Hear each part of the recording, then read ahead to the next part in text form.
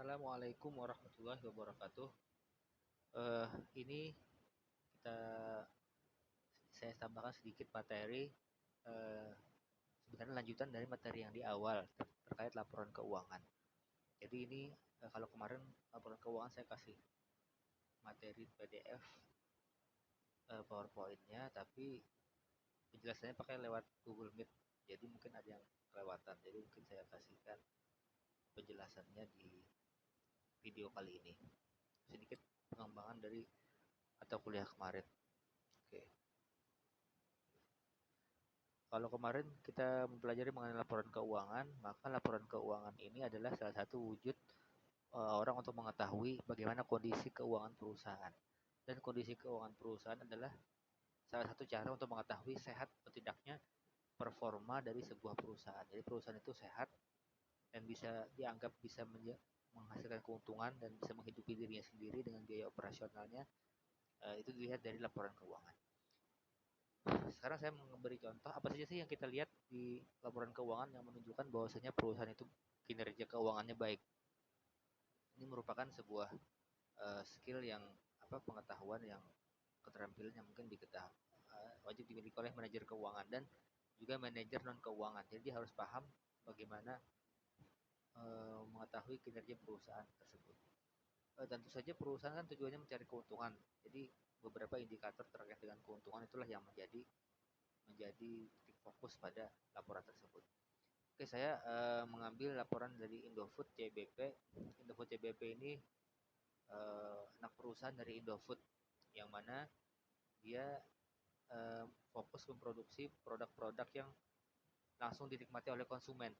Itu ada CBP singkatan dari Consumer Brand Product. Jadi dia produk-produk yang sering kita temui di warung, di toko. Contohnya seperti mie, minuman, karena memang Indofood memperluas cakupannya bukan hanya Indomie yang kita kenal selama ini, tapi juga banyak produk-produk lain. Seperti ada divisi yang terkait minuman dengan mengakuisisi Air Minum Club. Terus ada divisi nutrisi itu yang membuat makanan bayi, Sun, gitu kan, dan lain-lain. Terus ada mie yang kita ketahui bersama, dan juga keripik. Ada makanan ringan, ciki, terus citato. Nah itu dari kelompok itu. Kita langsung ke laporan keuangannya.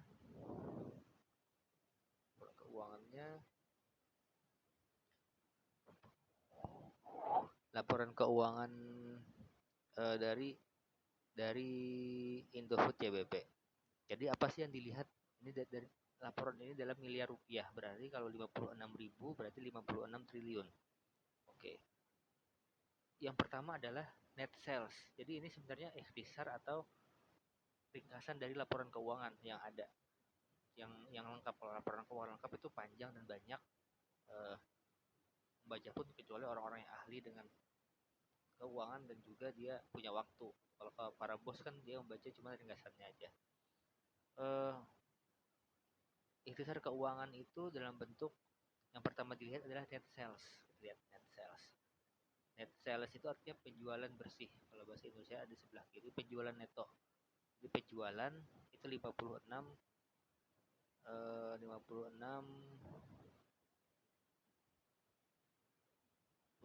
triliun. Nah, dikurangi dengan biaya produksi dan segala macam dapatlah gross profit. Gitu. Gross profit itu profit kotor, laba bruto, laba bruto 20 triliun. Berarti dia dikurangin biaya produksi, dikurangin dan lain sebagainya. Terus juga dikurangi lagi dengan EBIT, earning before interest and tax, laba usaha. Laba usaha ini sudah dikurangi biaya produksi, dikurangi biaya tenaga kerja, dikurangi segala macam, dapatlah sebelum pajak dapat 11 triliun. Gross profitnya 11 triliun. 11.658 miliar atau 11 triliun. Jadi dari situ diketahui bagaimana perkembangan laba dari Indofood ini menaik dari 5, 6, 7, 9, bahkan ketika ketika pandemi tahun 2020 labanya naik dari 7 triliun menjadi 9 triliun. Pendapatan pun naik dari 42 ke 46, 4 triliun. Yang lebih lebih drastis adalah kenaikan sampai 10 triliun dari 2020 ke 2021. Nah, eh, kita melihat juga apa aja sih, kita lihat langsung ke bawah. Kalau yang atasnya ini terkait aja nih pendapatan yang dibagikan kepada para pemegang saham. Kita langsung ke sini. Current aset lancar. Aset lancar itu aset yang bisa dicairkan dengan segera. Ini bisa berbentuk uang tunai atau surat berharga yang jangka pendek. Ada 33 triliun. Liabilitiesnya, current liabilitiesnya adalah 18 triliun. Liabilities itu kan artinya adalah kewajiban. Gitu. Kewajiban lancarnya 18 triliun. Yang utang jangka pendek itu 18 triliun. Sedangkan asetnya yang lancar 33 triliun. Berarti keuangannya cukup baik. Karena perbandingannya kan kalau seandainya utang itu kada kuat dibayar, maka dia mengambil aset. Nah, asetnya lebih banyak daripada kewajiban. Berarti kondisinya ya lumayan bagus lah. Jadi asetnya ada 118 triliun. Nah, kita masuk ke rasio. Oke. Ada yang namanya rasio membandingkan antara dua pos dan membuat sebuah angka nilai yang disebut dengan presentasi. Jadi misalnya gross profit margin, gitu kan? Profit marginnya dari gross profit margin 35,7%. Berarti dari modal ya, dari apa namanya, pengeluaran dan pendapatan dia masih untung 35%. Terus ada namanya, nah ini ya, rasio yang sering dipakai adalah ROA, Return on Asset, 7,1%, membandingkan antara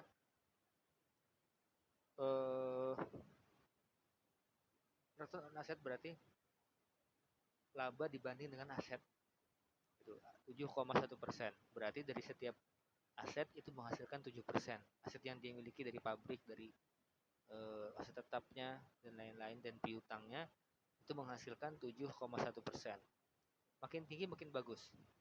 Ya, tapi memang meskipun pendapatan dari apa namanya, Indofood bertambah, tapi ternyata asetnya asetnya berarti juga bertambah secara drastis. Sehingga dari 10 triliun 2020 jadi 7,1 triliun, 10,4% di tahun 2020, jadi 7,1% di 2021. Ada juga namanya return on asset, laba dibanding dengan aset.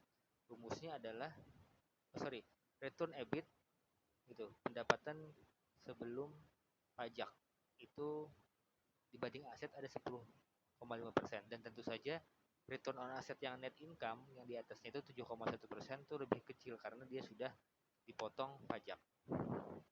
Ini laba bersih. Nah, ada namanya return on equity. Return on equity 15%. Jadi laba dibandingkan dengan modal atau ekuitas. Jadi dari ini sangat penting bagi pemegang modal karena setiap rupiah yang dia investasikan menghasilkan 10,5%. Itu menjadi acuan untuk orang berinvestasi, termasuk kalau beli sahamnya ataupun dia memberikan pinjaman dalam bentuk membeli obligasinya atau membeli sukuknya. Menurun juga dari 20 tahun 2019 ke 12% tahun 2021 dan 10% pada tahun 21% di tahun 2019, 19% di tahun 2020 saat corona, dan ya, kembali turun 15,0% ROE, return on equity-nya di tahun 2021.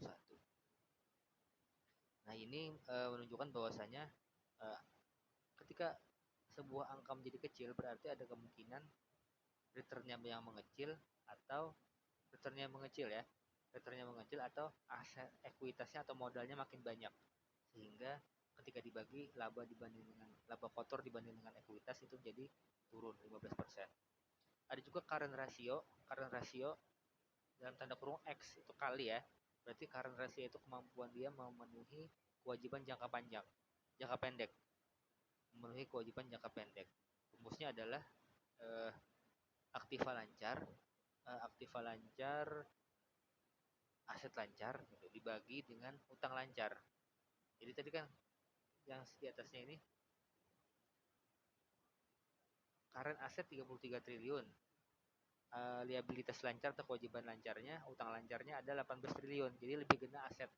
Jadi akhirnya karena lebih gede aset, pas dihitung pun current ratio 1,8, hampir 2 kali lipat. Berarti jumlah aset itu hampir 2 kali lipat dari utangnya.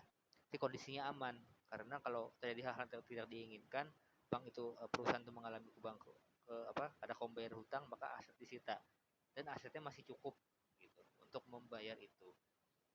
Jadi itu hubungannya nanti dengan pembiayaan atau pendanaan itu membutuhkan agunan. Agunan berasal dari mana? Dari aset atau jaminan. Jadi kebanyakan pembiayaan yang gede itu menggunakan agunan karena jaga-jaga sebagai aman perusahaan tetap punya risiko dia kredit macet. Jadi return on current ratio itu 1,80%. Jadi untuk mengetahui rasio ini yang pakai persen ya, jadi menghitungnya pakai persen. Current ratio 1,8 kali. Berarti kehebatannya apa? Banyaknya aset lebih banyaknya aktiva atau aset lebih banyak 1,8% di 1,8 kali dibanding dengan utangnya, atau lebih tinggi jumlah aset 180% lebih tinggi daripada jumlah utang. Jadi return aset dan return on equity itu merupakan cara menghitung probabilitas atau kemampuan perusahaan menghasilkan keuntungan. Ini dari Indofood CBP. Sekarang kita ambil contoh yang lain dari perusahaan saingannya Indofood, itu Mayora. Di laporan Mayora cukup mudah dibaca di website Mayora. Bosnya dia bikin langsung laporan keuangan ini dalam bentuk dihitungkan rasionya sudah. Ada pendapatan makin naik ya. Tahun ada sampai tahun 2018. Coba kita lihat di rasionya. Nah, rasio tadi sama dengan yang di Indofood. Meskipun data cuma 2018, tapi kita lihat laba terhadap jumlah aset. Berarti laba dibagi aset. Bahasa Inggrisnya sebelah kanan, return on asset. Return on asetnya stabil antara 11 sampai 10%. Berarti kalau aset itu cara menghitungnya adalah kalau cara menghitung return on asset atau laba terhadap aset adalah laba kotor dibagi aset. Dapatlah return on asset. Kenapa aset itu pakai laba kotor? Karena aset itu kan bagian dari biaya produksi juga, sehingga pendapatan kotor itu dikurangi dengan sumber dananya yang masih belum bersih juga, karena ada campuran di aset itu kan ada mesin pabrik, ada daya gunaan modal kerja dan lain sebagainya. Jadi pembaginya dengan laba kotor. Nah, sedangkan di bawahnya return on equity itu rasio laba terhadap ekuitas. Jadi rasio itu perbandingan antara laba dengan ekuitas atau modal. Tuh. Stabil juga di Mayora. Mayora itu yang bikin Bembeng,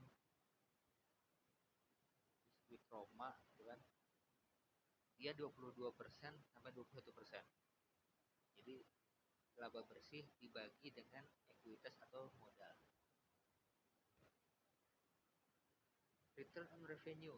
Terus ada juga namanya return on revenues, laba terhadap pendapatan. Jadi kalau kita lihat di laporan ini memang ada sedikit perbedaan antara Indofood dengan Mayora. Cuman yang sama adalah adanya return on asset, lihat sebelah apa?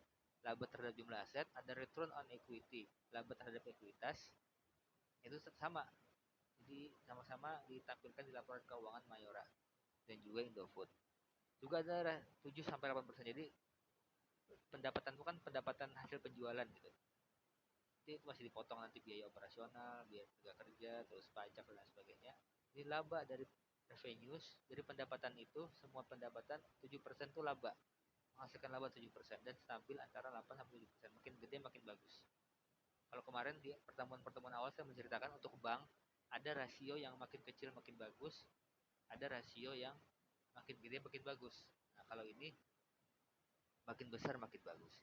Terus ada rasio lancar. Nah, rasio lancarnya 265% atau 2,65. Berarti jumlah rasio lancar kan rumusnya adalah aktiva lancar dibagi dengan kewajiban lancar atau dibagi utang lancar. Sehingga jumlah aset yang dimiliki oleh Mayora adalah 2,6 kali lipat dibanding dengan utangnya. Kalau tadi Indofood 1,8 kali lipat, kalau di kalau si Mayora lebih gede lagi 2,65 atau 265%. 2 kali lipat kan, misalnya utangnya 100 juta, 100 miliar, maka aset yang dimiliki oleh Mayora adalah 265 miliar. Cukup kan kalau utang itu gagal bayar, maka asetnya itu masih bisa membayari utang tersebut. Kenapa rasio itu pakai persen? Karena untuk mendapat penilaian yang objektif. Karena belum tentu jumlah dana itu besar, itu menunjukkan kinerja yang bagus. Bisa jadi misalnya Mayora itu asetnya 17 triliun. Aset 17 triliun, kalau si Indofood tadi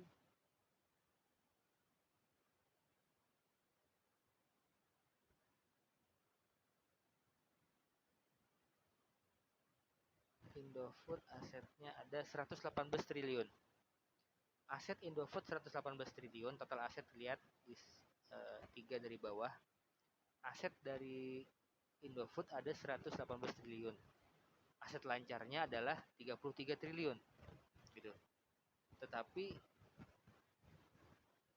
utangnya 18 triliun sehingga cuma 1,8 current rasionya. Sedangkan meskipun Mayora lebih kecil gitu, aset lancar cuma 17 triliun, aset lancar mungkin lagi ya, asetnya cuma 17 triliun. Itu semua aset baik lancar ataupun yang tidak lancar. Aset lancarnya 12 triliun, sedangkan utangnya 4 triliun. Kalau tadi kan utang jangka pendeknya 18 triliun. Aktiva lancarnya, aset lancarnya Indofood 18, tapi 33. Nah, kalau aset lancarnya Indofood 33, Mayora 12, tapi utangnya yang sedikit.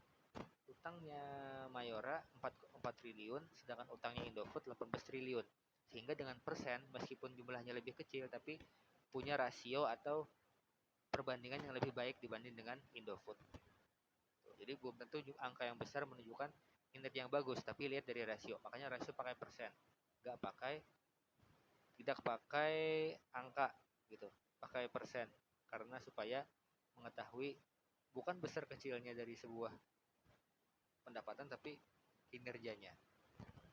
Oke, itu juga ada total aset terhadap ekuitas, ada total. Jadi kalau ketika ada apa namanya, rumus laba bruto terhadap, kata itu berarti dibagi laba bruto dibagi penjualan bersih. Nanti kamu hitung aja yang laporan di atas pas nggak angkanya segini. Laba usaha terhadap penjualan bersih, bahasa Inggrisnya operating margin atau laba operasional. Laba operasional adalah margin operasional adalah laba usaha dibagi dengan penjualan bersih. Gitu. Terus juga ada total aset terhadap ekuitas, ada 206%, berarti aset yang dimiliki oleh total aset terhadap ekuitas, berarti jumlah aset yang dimiliki oleh Mayora 2 kali lipat terhadap modalnya, kan 206%. 100% berarti sama besar. Kalau 200% berarti 2 kali lipat lebih besar. Kalau dibikin koma, itu 200% itu 2,06%. Jadi Mayora ini meskipun asetnya lebih kecil tapi rasionya lebih besar. Tapi tentu saja Indofood meskipun rasionya nggak terlalu besar karena jumlah aset dan ekuitasnya lebih besar, jumlah duitnya pun lebih besar juga gitu. Keuntungan yang dibagi kepada dividen, keuntungan yang dipakai untuk modal kerja dan lain-lain. Oke, itu sekilas terkait rasio keuangan. Ingat, rasio bisa kamu lihat kalian lihat di websitenya Mayora. Mayora bagi yang penggemar bank-bank atau penggemar apa, biskuit Roma gitu kan. Mayora itu biskuit Roma, bank-bank, apa lagi ya, dan makanan-makanan yang lainnya lah. Mayora itu coklat kebanyakannya. Dia bisa bertahan dengan sebuah pemain besar meskipun permainannya berbeda dengan Indofood. Hampir semua ini itu kan dia bukan cuma mie. Awalnya kan dia yang berbahan dasar tepung, tapi seperti mie. Sekarang udah banyak, ada minuman, ada biskuit, macam-macam. Jadi mereka makin memperbesar. Sedangkan Mayora lebih kepada biskuit yang manis-manis, biskuit coklat dan juga sedikit-sedikit minuman. Jadi itulah yang disebut dengan rasio. Rasio dalam persen artinya membandingkan antara dua pos yang saling berkaitan dan nilainya menunjukkan kinerja keuangan dari perusahaan. Oke, itu terkait rasio. Ini merupakan sambungan dari tema yang sebelum awal-awal itu laporan keuangan. Kalau di laporan keuangan kemarin kebanyakan terkait dengan bank syariah, sekarang dengan perusahaan manufaktur atau perusahaan khususnya di perusahaan F&B, food and beverage, makanan dan minuman. Terima kasih. Assalamualaikum warahmatullahi wabarakatuh.